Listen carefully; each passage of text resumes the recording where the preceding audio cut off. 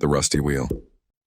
Diner sat at the edge of Highway 14, a neon oasis for travelers, truckers, and bikers who needed hot coffee and a place to breathe.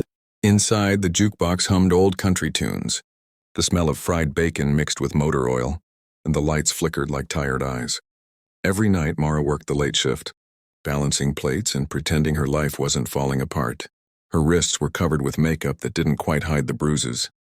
Her eyes carried shadows that no rest could cure. Still, she smiled at customers, even the loud ones, because it was safer that way. That evening, the Iron Serpent's motorcycle club rolled in, 6 bikes lined up like beasts of steel, led by their president, Cole Maddox. He was a man who didn't need to speak loud to be heard. His presence filled a room. He'd been through hell, army service, prison, heartbreak, and came out the other side with scars that taught him when to fight and when to protect. Mara served their table with shaking hands. Cole noticed everything. The tremor in her voice, the bruise on her wrist, the way she flinched when the kitchen door slammed. When she set down his burger, he caught her arm gently. "What happened there?" he asked softly. She froze. "It's nothing. I just fell." Cole tilted his head, eyes narrowing. "That's not a fall mark. That's someone's grip." Her lips trembled. "Please," she whispered. "Don't make it worse." Something in her tone hit him like a gut punch. He'd heard that plea before, from women trapped, from men broken by fear. He didn't press further, but when she turned away, he noticed the back of her neck, a faint fingerprint-shaped bruise disappearing beneath her collar. As the Serpents got up to leave, Cole tossed a $100 bill on the counter and said, "Keep it. And if you ever need help, any kind of help, you call for Cole Maddox." Mara forced a weak smile. "I don't have your number." He met her eyes. "Don't worry. I'll be around." That night, as he roared down the dark highway, his jaw clenched. He'd seen evil before, but this was personal. Tomorrow, he promised himself, he'd find out who was hurting her, and when he did, they'd regret ever laying a hand on that girl. The next night, the diner buzzed with tension. The Iron Serpents returned, not rowdy, not reckless, just silent and watchful. Their bikes lined up outside like sentinels.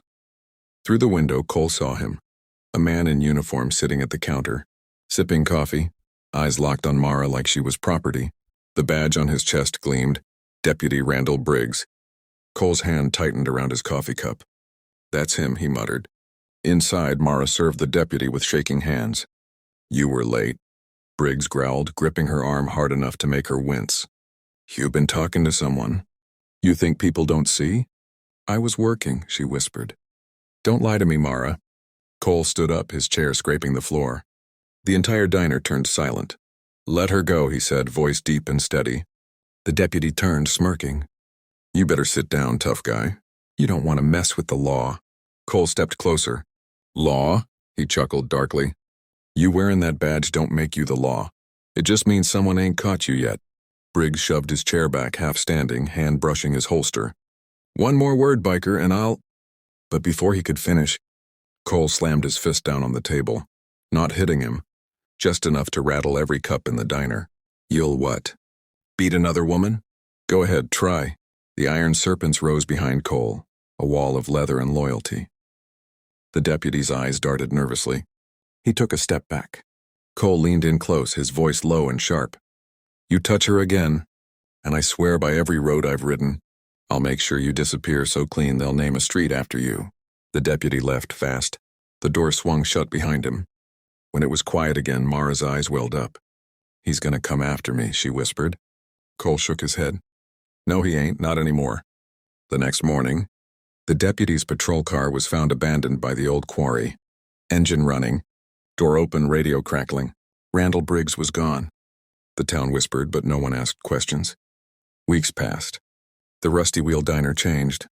The tension that once hung heavy in the air was gone. The laughter returned.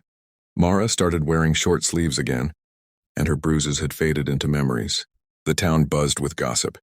Some said the Iron Serpents had taken care of the deputy. Others claimed Briggs fled before corruption charges surfaced. The sheriff asked around, but everyone suddenly forgot how to talk.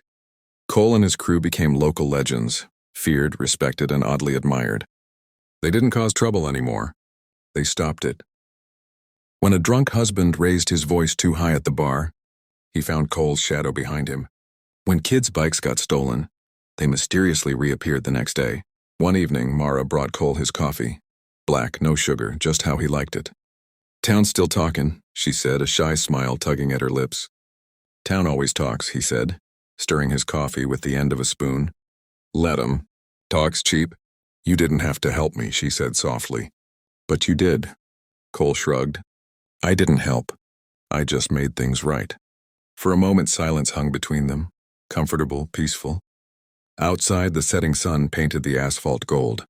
When Cole stood to leave, Mara called after him. "Cole?" He turned. "Thank you." He smiled faintly beneath his beard. "Any time, darlin'. Your family now." Then he walked out, engines roaring to life behind him. The iron serpents rolled off into the twilight, their taillights glowing red like guardian flames disappearing into the horizon. Mara stood by the window, hand over her heart. The girl who once lived in fear now smiled with strength. And the town learned something unforgettable. Heroes don't always wear badges. Sometimes they wear leather and ride Harleys.